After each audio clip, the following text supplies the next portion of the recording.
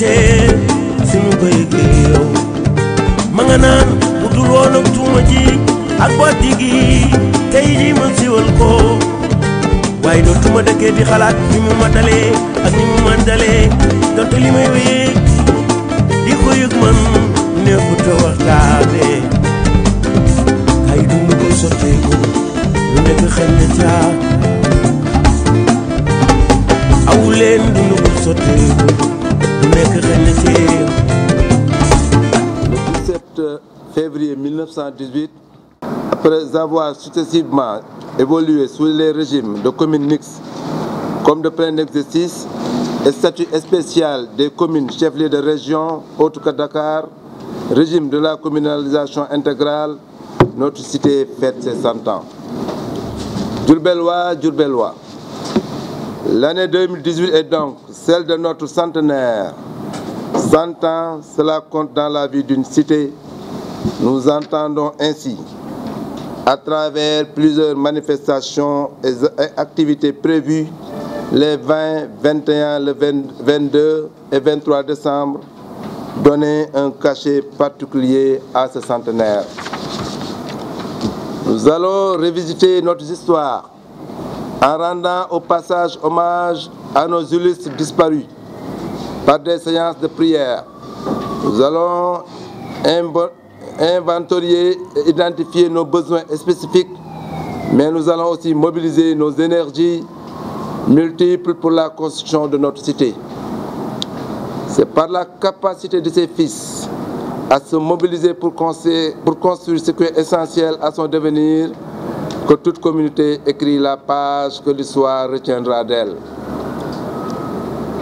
Notabilité religieuse et coutumière, mouvement associatif, délégués ou sous-délégués de quartier, artistes, artisans, hommes de culture, femmes, jeunes, j'en appelle à la conscience citoyenne de chacun et de tous pour une grande mobilisation autour de l'essentiel. Faire de l'année de notre centenaire celle du sursaut vers la réalisation de notre objectif. Je saisis cette occasion pour remercier et féliciter le comité d'initiative du centenaire composé de Fally Diop Ndiaye, conseiller spécial du maire, Ella Ndiaye Diodio, conseiller départemental,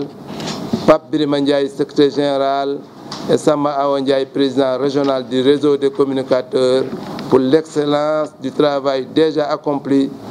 Je voudrais aussi saluer l'apport inestimable de l'Office du tourisme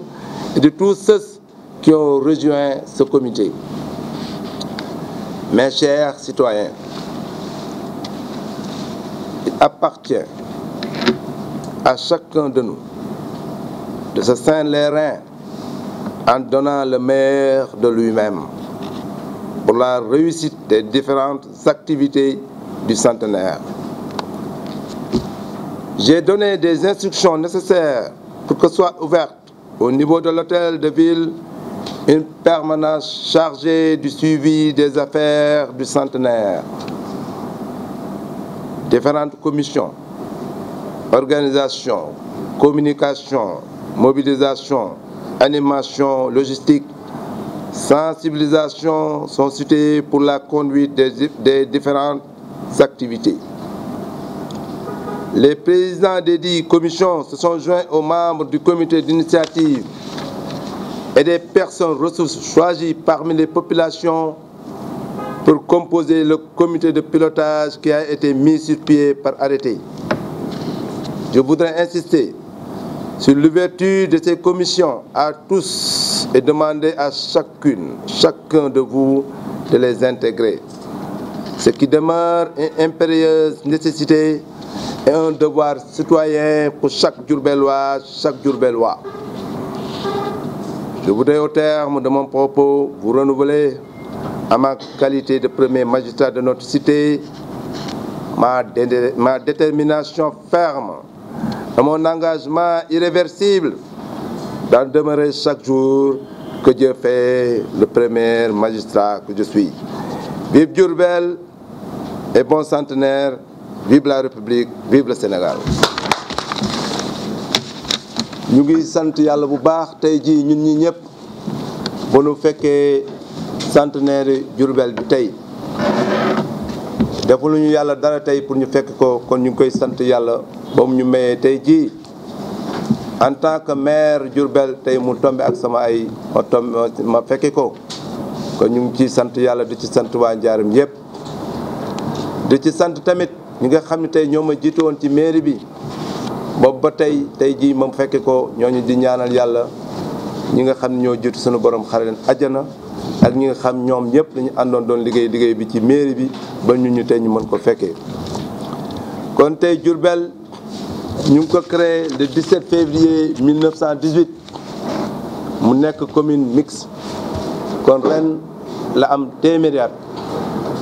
kon rafet na téeméeri at yooyu tey jii bu commune Diourbel am ñu war ko darajaal war ko wane war koo fësal ndax tey téeméeri at yi ñu fekkee loolu jaadu na ci ñun en tant que maire ak ñu ko fekkal ak waa Njaareem ñu def ko te boo xoolee centenaire boobu yàlla dafa def mu tombe ak jumaa ji nga xam ne tey jii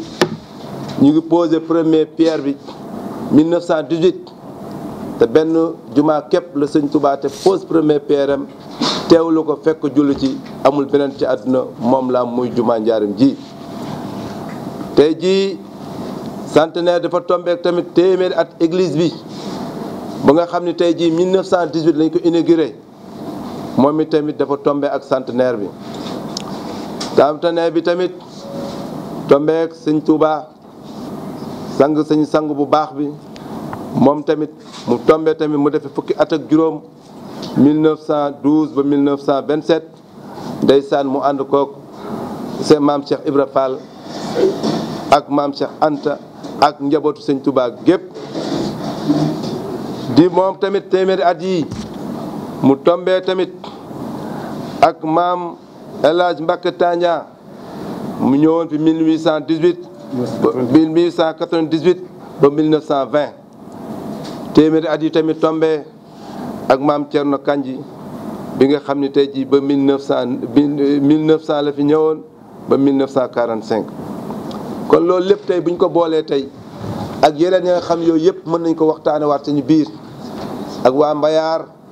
ak ñi nga xam ne tamit ñoom ñoo dëkk ci dëkk bi ak culture bu nu am ak li nga xam moo nekk ci Njaareem yëpp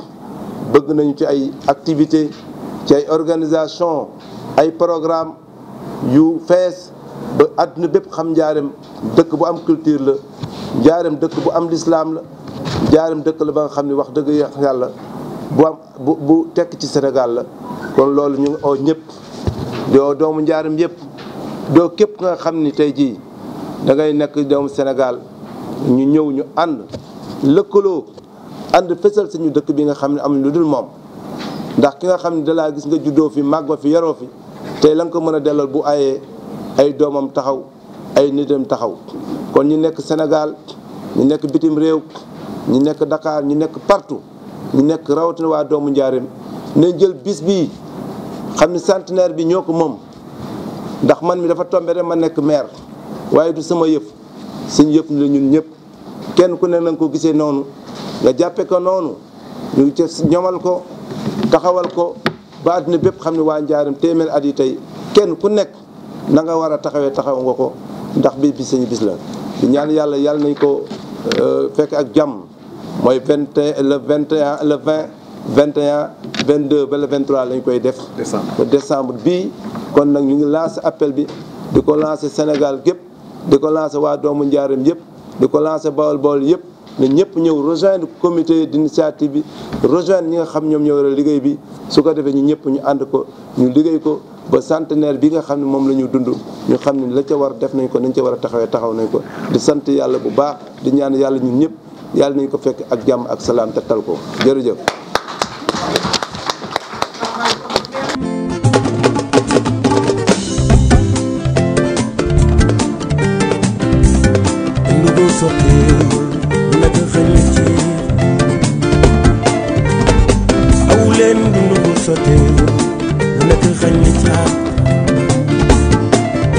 ma nga naan fan laa koy waxee